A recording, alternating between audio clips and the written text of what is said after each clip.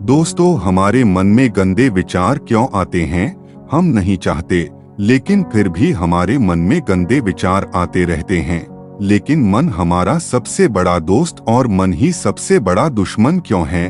जब हम अपने मन की बात मानते हैं तो हमारा मन ही हमारा नेतृत्व करता है, भटक जाते हैं। और जब हम मन को संतुलित कर लेते हैं तो हम अपने जीवन में हर चीज का ध्यान रखते हैं। हम अपने मन में आने वाले गंदे विचारों को रोकने की कोशिश करते हैं, लेकिन जितना अधिक हम रोकते हैं उतना ही ये विचार हमारे अंदर प्रवेश करते हैं। जितना अधिक आप किसी चीज से दूर भागते हैं, वह चीज आपको अपने पास ले जाएगी। इसलिए उस चीज से दूर मत भागिए, उस पर संतुलन बनाए रखिए। एक बार एक युवक गौतम बुद्ध के पास आया और गौतम बुद्ध से बोला कि बुद्ध, मेरे मन में इतने गंदे विचार क्यों आते हैं? मैं नहीं चाहता कि मेरे मन में गंदे विचार आए, पर मेरे मन में हमेशा काम वासना के विचार चलते रहते हैं और मैं इनके के बारे में सोच कर बहुत परेशान हूँ। मेरी ऊर्जा और समय यह सब सोचने में ही नष्ट हो जाता है और इन सब के विचारों की वजह से मैं कभी भी शांत नहीं रह पाता और मैं हमेशा ही स्त्रियों को देखकर मोहित हो जाता हूँ, अपने आप को रोक ही नहीं पाता। बुद्ध मुस्कुराए और उन्होंने उसे युवक से पूछा, क्या तुम्हें पता है यह काम वासना होती क्या है? फिर लड़के ने उत्तर दिया और कहा, बुद्ध, मैं यह तो नहीं जानता कि काम वासना होती क्या है, पर हाँ, ये जो भी है बहुत बुरी चीज है। फिर बुद्ध ने उसे युवक से कहा कि सबसे पहले तो तुम यह समझना है कि प्राकृतिक रूप से जो भी चीज हमारे अंदर है वह बुरी नहीं है। हमारे जीवन में उसकी कुछ ना कुछ जरूरत है। वासना कोई बुरी बात नहीं है, यह तो हमारे मन की एक भावना है जो हमें किसी ना किसी चीज की कमी का एहसास करवाती है और फिर हम उसी चीज को पाने के लिए उसी चीज की तरफ आकर्षित हो जाते हैं। जैसे अगर तुम्हारे पास धन की कमी है तो तुम में धन पाने की वासना उत्पन्न हो जाएगी। तो वासना कुछ और नहीं, बस एक प्रकार की कमी है जो कि एक प्रकार की जरूरत का एहसास है। और जब ये जरूरत शारीरिक हो तो हम इसे काम वासना कह देते हैं। युवक ने गौतम बुद्ध को कहा कि बुद्ध, मुझे काम वासना का मतलब तो समझ में आ गया, पर आप मुझे यह बताइए कि यह आती कहाँ से है और कैसे आती है? यह गौतम बुद्ध ने कहा कि काम वासना कहीं से आती नहीं है, यह तो हमारे अंदर ही होती है और इसका होना तो जरूरी भी है, तभी तो मानव जाति का विस्तार होगा। युवक ने कहा, जब यह हमारे अंदर ही है और जरूरी भी है तो फिर लोग इसे गलत क्यों बोलते हैं? बुद्ध ने कहा कि यही तो समस्या है, लोगों ने काम वासना को गलत तरीके से सोच लिया है, इसे छिपाने की दबाने की कोशिश करते हैं। काम वासना गलत नहीं है, बल्कि काम वासना का गलत तरीके से प्रयोग करना गलत बात है। लोग जिससे प्रेम करते हैं बस उसी के लिए जीने लग जाते हैं, उसे पाना ही अपना लक्ष्य बना लेते हैं और उसी के बारे में हमेशा सोचते रहते हैं, पर यह सब गलत है। बुद्ध ने युवक से कहा, क्या तुम्हें पता है जानवरों में भी काम वासना होती है? युवक ने उत्तर दिया, हाँ बुद्ध, जानवरों में भी काम वासना होती है, क्योंकि जानवर भी तो आखिर अपनी पीढ़ी को आगे बढ़ाएंगे। बुद्ध ने कहा, तो फिर हम जानवरों की काम वासना को गलत क्यों नहीं कहते? युवक ने कहा, मुझे नहीं पता महात्मा, आप ही मुझे बताइए। गौतम बुद्ध ने कहा कि जानवर अपनी काम वासना का प्रयोग आनंद प्राप्ति के लिए नहीं करते, वह तो सिर्फ संतान उत्पन्न करने के लिए काम वासना का उपयोग करते हैं। जानवरों को प्रकृति ने इतनी समझ नहीं दी कि वह काम वासना को अपने सुख का आधार बना सके, जबकि मनुष्य अपनी समझ के बलबूते पर प्रकृति में पाई जाने वाली प्रत्येक वस्तु को अपने सुख के लिए अपना प्रयोग करता है। हम इंसानों ने ही काम वासना को अपने सुख का साधन बना लिया है, जबकि प्रकृति ने तो हमें अपने वंश को आगे बढ़ाने के लिए दिया था। लेकिन इंसानों ने इसे अपने जीवन का परम लक्ष्य बना रखा है और इस तरह से काम वासना का बेलगाम हो जाना गलत है। युवक ने पूछा, महात्मा जी, ये कम वासना हम पर हावी क्यों होती है? क्यों यह बेलगाम हो जाती है? तब गौतम बुद्ध ने कहा कि सुनो, अब जो मैं तुम्हें बताऊंगा उसे तुम ध्यानपूर्वक सुनना। कामवासना का सारा खेल तुम्हें समझ आ जाएगा। तुम्हें तुम्हारे सारे सवालों का जवाब मिल जाएगा, बस तुम्हें ध्यान से सुनकर समझना है। फिर गौतम बुद्ध युवक को बताना शुरू करते हैं। एक बार की बात है, एक आश्रम में गुरु और उनके शिष्य रहा करते थे, जिससे रोजाना आश्रम के बाहर स्थित गांव में भिक्षा लेने के लिए जाते थे। उसी आश्रम का एक शिष्य जिस गांव में भिक्षा लेने जाता था, उसी रास्ते में एक नदी पड़ती थी, जिससे रोज उसी रास्ते से भिक्षा लेने जाता था। एक दिन उससे ने देखा कि एक लड़का पेड़ के पीछे छिपा है। वह उस लड़के के पास गया और उससे जाकर बोला, भाई तुम इस पेड़ के पीछे छिपकर क्या देख रहे हो? लड़के ने कहा, अरे तुझे नहीं दिख रहा क्या कि मैं क्या देख रहा हूँ? तब शिष्य ने नदी की तरफ देखा तो वहाँ पर कुछ लड़कियाँ पानी भर रही थी। वो लड़कियां 14 से 15 साल की होगी। तब शिष्य ने उस लड़के से कहा, अरे भाई वहां पर तो लड़कियां पानी भर रही हैं, इसमें छिपकर देखने वाली क्या बात है? तब वो लड़का शिष्य की तरफ देखकर उससे कहता है, अरे पागल, तुम्हें दिखाई नहीं दे रहा यह परी कैसे नदी से पानी ला रही है? जरा उनकी अदाओं को तो देखो, उनके कोमल शरीर को देखो, उनकी पतली कमर मटके को उठाते समय बल खाती है और उनके बाल उनकी कमर पर कैसे लहरा रहे हैं, मानो सुंदरता बिखरी पड़ी हो। उसने फिर से नदी के किनारे देखा और इस बार वह नदी के किनारे देखता रहा।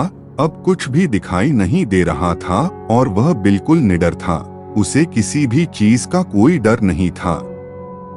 लेकिन अब वो छिपने लगा और उन लड़कियों को देखने लगा जैसे उसने कोई अपराध कर दिया हो। और जब वो छिपकर उन लड़कियों को देख रहा था, तभी वो अचानक अंदर से कौंप गया और उसने कहा कि ये मैं क्या कर रहा हूँ? मैं जो कर रहा हूँ वो सही नहीं है, मुझे यहाँ से चले जाना चाहिए। और फिर वह जल्दी से वहाँ से चला गया। वो आश्रम पहुँच जाता है। आश्रम जाकर वो अपने कार्यों में लग गया।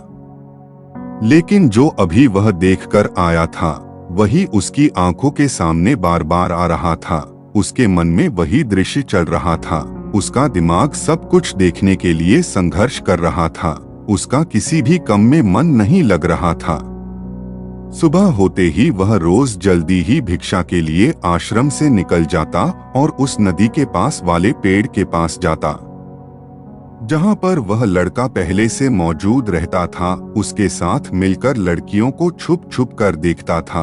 अब वह ऐसा रोज करने लग गया। यह उसके रोज का काम हो गया। अब उस शिष्य का मन किसी भी काम में नहीं लगता था। वो हमेशा ही किसी न किसी प्रकार के विचार में उलझा रहता। वो आश्रम के कार्यों को भी ठीक ढंग से नहीं कर रहा था। ना वो ठीक से सो भी नहीं पाता था, ना वो ठीक से खाना खा पाता था। उसका मन बेचैन सा रहता था। उसका मन बार बार उन लड़कियों की खूबसूरती देखने को मचलता था। जब गुरु भिक्षा दे रहे थे, तब भी उनका मन किन्हीं अन्य विचारों में खोया हुआ था। गुरु ने अपने शिष्य की इन हरकतों को भांप लिया था। फिर एक दिन गुरु ने शिष्य को अपने पास बुलाया और कहा कि आज से मैं भी तुम्हारे साथ भिक्षा मांगने चलूंगा।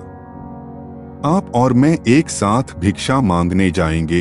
तभी शिष्य गुरु को मना करते हुए बोला, नहीं गुरुदेव, आप परेशान क्यों हो रहे हैं? मैं अकेला ही ठीक से भिक्षा मांग सकता हूँ। गुरु ने शिष्य से कहा कि ठीक है, तुम अकेले ही भिक्षा मांगने जाओ। जिससे वह तुरंत भिक्षा मांगने निकल पड़ा। सभी लोग उसे देखने के लिए उसके पीछे पीछे चलने लगे। थोड़ी दूर जाने पर गुरु ने देखा कि उनका शिष्य एक अपराधी की तरह एक लड़के के साथ पेड़ के पीछे छिपा हुआ है और छिपकर कुछ देख रहा है। गुरु भी अपने शिष्य के पीछे जाकर खड़े हो गए। उसका शिष्य क्या देख रहा है, जिसे देखने के लिए वह एक अपराधी की तरह पेड़ के पीछे छिपा हुआ है? गुरु ने देखा कि उसका शिष्य पेड़ के पीछे छिपकर नदी से पानी ले रही लड़कियों को देख रहा है। तब गुरु ने शिष्य से कहा, क्या देख रहे हो? अपने मालिक की आवाज सुनकर वह डर गया और उसके पसीने छूटने लगे। वह ऐसे कांपने लगा जैसे उसने किसी चोर को चोरी करते समय पकड़ लिया हो। उसकी हालत खराब हो गई, वो कुछ भी नहीं बोल रहा था। दूसरा जो शिष्य के साथ में था वहां से भाग गया। उसके मुंह से कुछ टूटे फूटे शब्द ही बाहर निकल रहे थे। वो अपने गुरु से नजर भी नहीं मिला पा रहा था। गुरु ने शिष्य की तरफ देखा और कहा कि मेरा शिष्य तो निर्भय था, उसे तो किसी भी चीज का डर नहीं था। लेकिन ये क्या, तुम तो भय के मारे कांप रहे हो। शिष्य ने गुरु से कहा कि मुझे माफ कर दो गुरुदेव, मेरा इसमें कोई दोष नहीं है। उस लड़के ने मुझे बहका दिया था। लेकिन आपसे मैं वादा करता हूँ कि आज के बाद मैं ऐसा कभी दोबारा नहीं करूँगा। मुझे माफ कर दो गुरुदेव। गुरु ने शिष्य से कहा कि कोई बात नहीं, पर इस बात का तुम ध्यान रखना कि हम जैसी संगति करते हैं वैसा ही फल हमें प्राप्त होता है।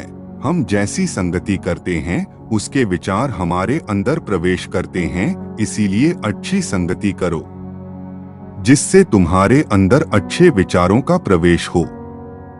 फिर गुरु और शिष्य आश्रम लौट आए और फिर से शिष्य आश्रम के कार्यों पर ध्यान देने लगा।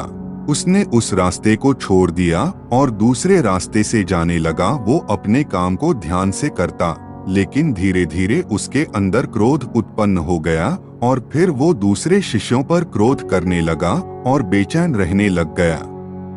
अब वो सही समय पर भोजन भी नहीं करता था, वो भोजन भी बहुत कम खाता था। एक रात गुरु शिष्य के पास आए और उसे बोले कि अब तक तुमने कितनी बार अपना वादा तोड़ दिया। यह सुनकर शिष्य अपने गुरु के चरणों में गिर गया और रोने लगा। रोते रोते ही उसने गुरु से कहा कि गुरुदेव, मैं कई बार अपना वादा तोड़ चुका हूँ। फिर मैं वादा करता हूँ, लेकिन हर बार जब मैं वादा तोड़ देता हूँ तो मेरा मन मेरे वश में नहीं रहता। मैं बहुत कोशिश करता हूँ कि अपने मन से सारे बुरे विचार निकाल दूं, लेकिन चाहकर भी मैं ऐसा नहीं कर पाता। फिर गुरु ने शिष्य को कहा कि चलो मेरे साथ। गुरु शिष्य को आश्रम के बगीचे में लेकर गए और शिष्य से कहा कि देखो, यहाँ पर कुछ नाली बनी हुई है जिससे नदी का पानी इन पौधों तक आ रहा है और यह पानी निरंतर गति से आगे बढ़ रहा है। क्या तुम इस पानी के बहाव को रोक सकते हो? शिष्य ने कहा कि हाँ गुरुदेव, मैं इस बहाव को रोक सकता हूँ। फिर शिष्य ने मिट्टी उठाकर उस नाली में रख दी तो पानी थोड़ी देर के लिए रुक गया और फिर थोड़ी देर बाद उस मिट्टी के ऊपर से पानी बहने लगा। गुरु ने शिष्य से कहा, अरे ये क्या, ये तो पानी रुका ही नहीं। फिर से शिष्य ने कुछ कंकर पत्थर उठाकर उसे नाली में रख दिए और फिर थोड़ी देर के लिए पानी रुक गया। लेकिन फिर थोड़ी देर बाद ही उन कंकड़ पत्थर के ऊपर से पानी निकल आया। फिर गुरु ने कहा कि शिष्य, यह क्या हुआ? पानी तो फिर से बहने लग गया। तुम तो बोल रहे थे कि तुम इसे रोक दोगे। क्या हम किसी काम को रोकना चाहे तो क्या हम उसे रोक नहीं सकते? तब शिष्य ने कहा, कोई बात नहीं गुरुदेव, मैं इस पानी को तो आपको रोक के दिखाऊंगा।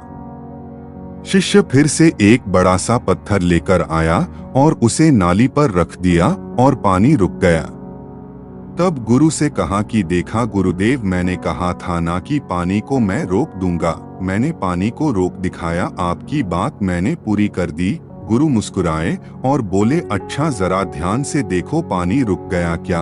वो तो पीछे की नाली तोड़कर बाहर निकल गया और अगल बगल से बह रहा है।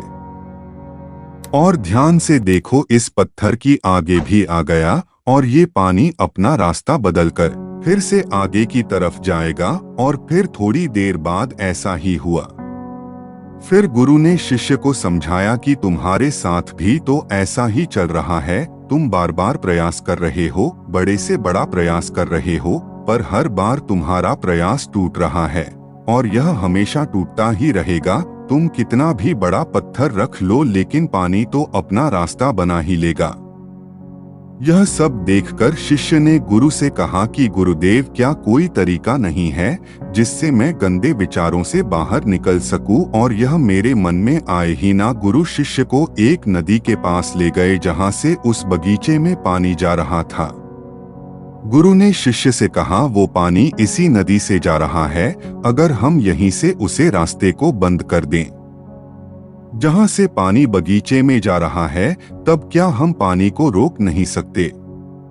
शिष्य ने कहा कि हाँ गुरुदेव, अवश्य ऐसा हो सकता है। मैं इस पानी को यहीं से बंद कर देता हूँ, तब आगे की नाली में पानी जाएगा ही नहीं और फिर बगीचे में पानी जाएगा ही नहीं। फिर शिष्य नदी से जाने वाले रास्ते को बहुत मेहनत करके पत्थर और मिट्टी डालकर बंद कर दिया और गुरु से कहा कि गुरुदेव, मैंने पानी को बंद कर दिया है, अब यह पानी बगीचे में जाएगा ही नहीं।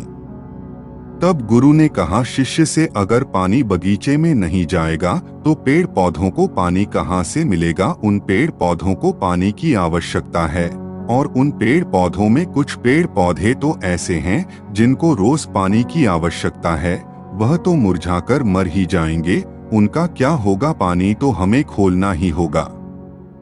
शिष्य ने गुरु की बात सुनकर वापस नदी से जाने वाले पानी का रास्ता खोल दिया। तब गुरु ने शिष्य से पूछा, शिष्य, अगर हम इस नदी के पूरे पानी को बगीचे की तरफ मोड़ दे तो क्या होगा?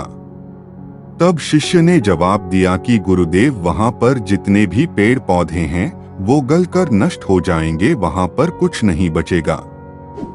फिर गुरु मुस्कुराए और बोले, तुम इस बात को समझो कि हमें किसी भी चीज को रोकना नहीं है, बस हमें हमेशा संतुलन बनाए रखना है। कम पानी से भी पौधे नष्ट होते हैं और ज्यादा पानी से भी पौधे नष्ट होते हैं। हमारा जीवन संतुलन से ही चलता है। गुरु ने शिष्य से कहा कि अगर मैं तुम्हें कुछ कहूं कि तुम आम के बारे में मत सोचो, तो तुम्हारे मन में सबसे पहले किसका चित्र आएगा? शिष्य ने कहा कि गुरुदेव, मेरे मन में तो पहला चित्र आम का ही आएगा। गुरु ने कहा कि जब हम गंदे विचारों को जबरदस्ती रोकने का प्रयास करते हैं तो वह और मजबूती के साथ हमारे अंदर प्रवेश करते हैं, हमारे अंदर उठाते हैं। इसीलिए हमें उन्हें कभी भी दबाने की कोशिश नहीं करनी चाहिए। तब गुरु शिष्य के पास गए और बोले कि बुरे लोगों की संगति के कारण भी हमारे अंदर गंदे विचार आते हैं। कभी कभी ऐसा होता है कि हमारे अंदर कामुकता नहीं होती, लेकिन कुछ अश्लील लोगों के साथ रहने के कारण वह हम पर हावी हो जाती है। तब शिष्य ने कहा कि गुरुदेव, आप सही कह रहे हैं, मैं अपने लक्ष्य से भटक गया था। तब वह शिष्य रात को बहुत शांति से सोया, सुबह पूरे मन से अपना काम किया और फिर सुबह वही भिक्षा लेने चला गया। जहां वह लड़का आज भी पेड़ के पीछे छुपकर उन लड़कियों को देख रहा था, वो शिष्य नदी पर गया जहां वह लड़कियां पानी भर रही थी। उसने उन लड़कियों से पानी मांगा। उन लड़कियों में से एक लड़की ने उसे पानी पिलाया और उसे सन्यासी शिष्य के चरण छुए। शिष्य ने उसे आशीर्वाद दिया कि तुम्हारा कल्याण हो। शिष्य का मन सकारात्मक ऊर्जा से भर गया, उसके चेहरे पर मुस्कान आ गई थी, जैसे उसे कोई खोई हुई चीज वापस मिल गई हो। वह अपने रास्ते पर वापस जाने लगा। तभी पीछे से वह लड़का आया जो पेड़ के पीछे छिपा था। वह शिष्य के पास आया और बोला कि क्या बात है, आज तुमने करीब से देखा है, आप तो मुझसे आगे निकल गए। तब शिष्य ने कहा कि हम हमेशा दूसरे के दर्शन करने में ही व्यस्त रहते हैं, अपने दर्शन कर ही नहीं पाते। तुम कब तक इस पेड़ के पीछे छुपते रहोगे? किसी को पसंद कर लो, उससे बोल दो। अगर वो भी तुम्हें पसंद करती है तो शादी कर लो और उससे पहले तुम कुछ बन जाओ। अपने आप को पहचान लो, ऐसे अपना समय बर्बाद मत करो। फिर वह लड़का रोज उससे मिलने लगा और उस लड़के ने नदी पर जाना छोड़ दिया और फिर वो लड़का अपने जीवन में कुछ बनने के लिए संघर्ष करने लगा। तो तुमने देखा संगति का असर क्या होता है। अपनी संगति बदलो, अपने विचार बदलो। बुद्ध ने युवक से पूछा कि क्या तुम्हें तुम्हारे सारे सवालों का जवाब मिल गया? तब युवक ने कहा कि हाँ महात्मा जी, आपका बहुत बहुत धन्यवाद। तब गौतम बुद्ध ने युवक से कहा कि जब तुम्हारे मन में गंदे विचार आए तब आप अपने आप को दोषी मत मानो। यह शरीर है और यह सब हजारों वर्षों से सिखाया गया है। एक केवल तुम्हारे सोच लेने से, शपथ लेने से ये टूटने वाला नहीं है, लेकिन तुम्हारे पास वो शक्ति है, वो ऊर्जा है, जिसका तुम्हें उपयोग करना है। तुम एक जीवित ऊर्जा हो जो कुछ भी अनुभव करने के लिए स्वतंत्र है, जो निर्माण करने के लिए स्वतंत्र है।